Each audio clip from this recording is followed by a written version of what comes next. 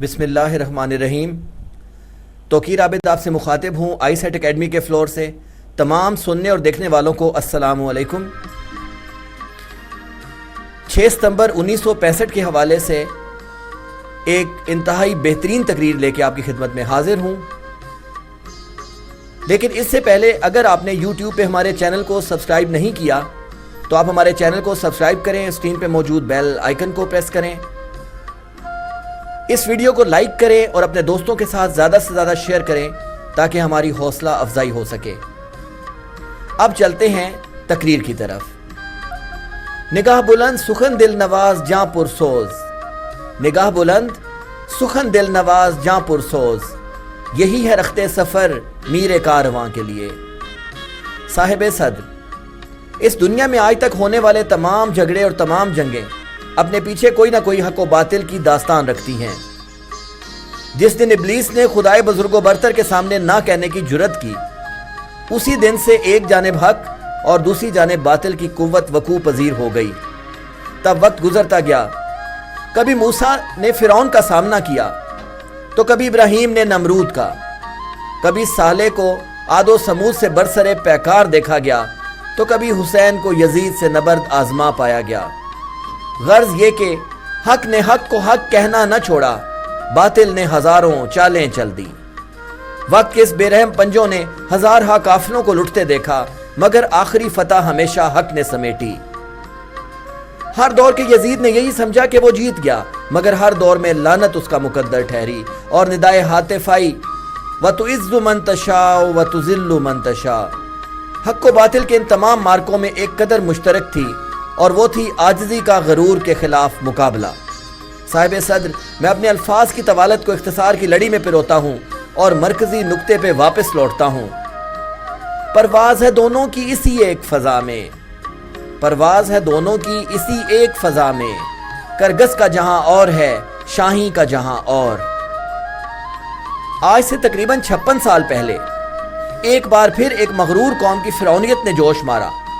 गुरूर का ताज पहने मगर गीदड़ का हौसला रखते हुए उस कौम की फौज 1965 में सितंबर की 1 तारीख शब की स्याही में पीठ पे छुरा घोंपने चोरों की तरह लाहौर से मुंसलिक बॉर्डर से पाक सरजमीन में दाखिल तो हो गई, मगर वो इस बात से बेखबर थी कि पाक फौज एक फौलादी मजामत रखती है।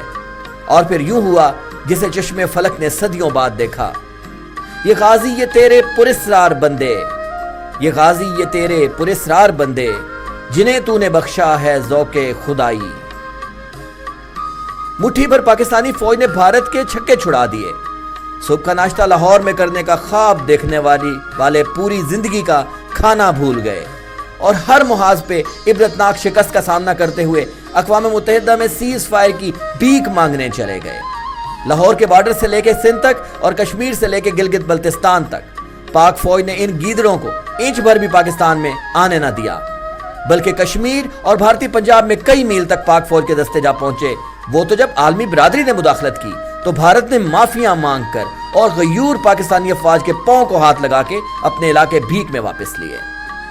सितंबर 1965 यौम दिफाए पाकिस्तान के नाम से मंसूब हुआ। हमारे सैकड़ों जवानों ने मादरे वतन की हिफाजत के लिए अपनी जानों का नजराना पेश किया।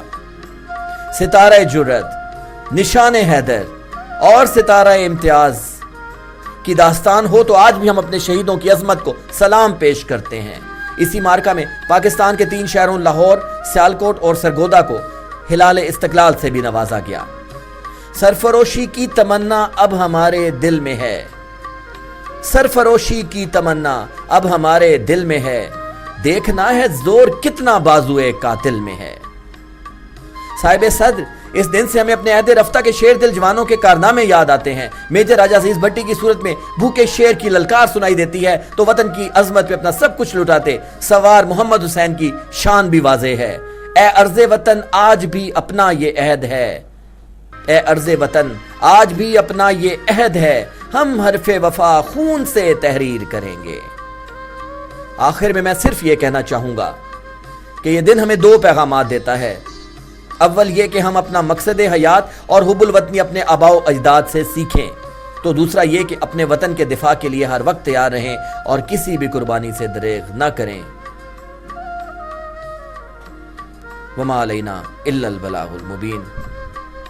ویڈیو کو اینڈ تک واچ کرنے کا بہت شکریہ۔